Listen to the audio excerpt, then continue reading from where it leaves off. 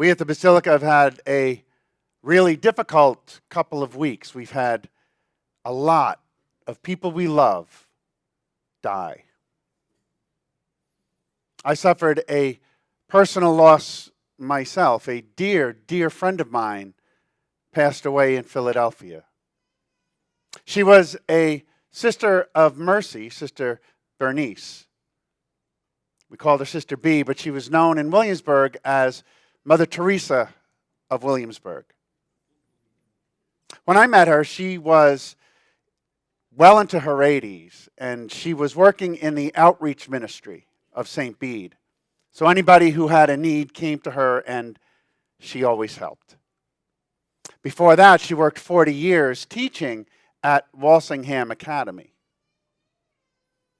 There were a couple that met in her office, a young man and a young woman who were in need of assistance, and they met, fell in love, and got married. I did the wedding. And Sister Bernice was the maid of honor. Sister Bernice had entered the convent when she was a teenager, very, very young. She was 80 years in the order when she passed away. So she was very young when she went in, a teenager. And it was the first time she got to be in a wedding party, let alone the maid of honor. And because the wedding was on a shoestring budget, she went out herself to buy a dress. And you could tell that it was a secondhand dress. Sister B stood about this tall and about this wide. The dress was a floral print, and the print was bigger than she was. And the dress was about 2 or 3 sizes bigger than she was. She looked like a little girl dressing in her mother's clothes. And she brought a hat. And she didn't process down the aisle. She sauntered. She sashayed and floated down the aisle. And as she did, she looked from side to side to see all the eyes that were on her, as though daring them to try and take them off of her. I thought when I saw that, wow, Sister Bernice at 88 years old has the confidence of a truly humble person. True humility is something that we don't always understand. I think part of it is because we, frankly, stopped teaching grammar in schools. Because the difference between true humility and false humility is more about grammar than anything else. False humility says, I am a sinner. True humility says, God has forgiven me. False humility says, I am weak. True humility says that God has made me strong. The difference between true humility and false humility is the difference between I and me. False humility says, it's not all about me. And true humility says, it is all about me and not about I. To understand that, you need to understand at least a little bit about grammar. I is the first person singular in the subjective case. I is always the subject of a sentence. Me is the first person singular objective case, the object of the sentence. True humility is not about I, it is always about me.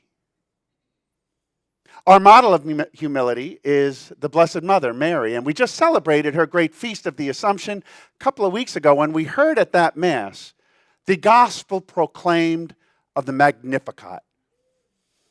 Just after Mary discovers that she is going to give birth to the Son of God, she goes and visits her cousin Elizabeth, and she shows up, and Elizabeth greets her and says, Hail Mary, full of grace, the Lord is with you. And how does it happen that the mother of my Lord should come to visit me.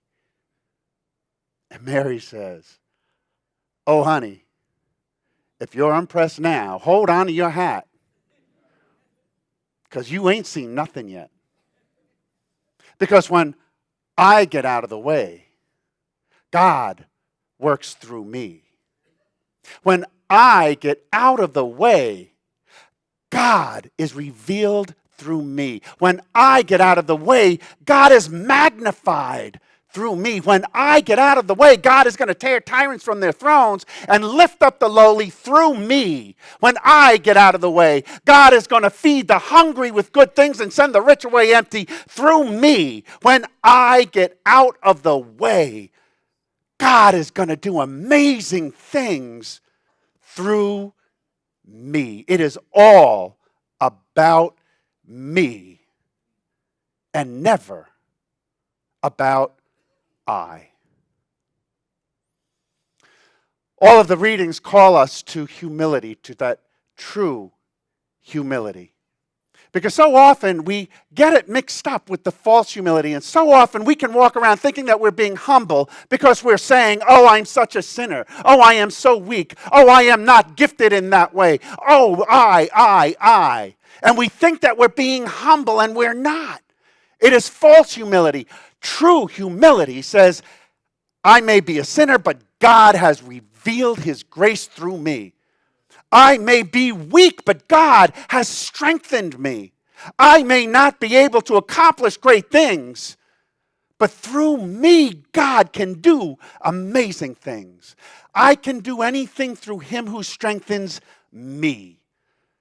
When we make ourselves the object, the receiver, then we have the confidence to approach that altar. It's why Jesus said, humble yourself and you will be exalted. When I humble myself, when I get out of the way, God will exalt me. It is me that God will work through, not I. When we have that true humility that understands what God can do, then there is nothing that cannot happen. And so if you think that God has been merciful to you so far, honey, hold on to your hat, because you ain't seen nothing yet. If you think that God has been good to you and gracious to you and generous to you and kind to you, oh, hold on to your hat, you ain't seen nothing yet. God has so much more to do for us, but he can only do it for the humble, because it is the humble people who hold their hands out with confidence and say, God, lift me up. God, strengthen me to do your will. God, make me more generous. Make me more merciful. Make me more holy. God does wonderful things through me, not through I. Live the life of a truly, truly humble person, and there is nothing that God cannot do through you. Live the life of a truly human person, and then hold on to your hat, because whatever came before is nothing compared to what God is going to do. It is not about I. It is always about me.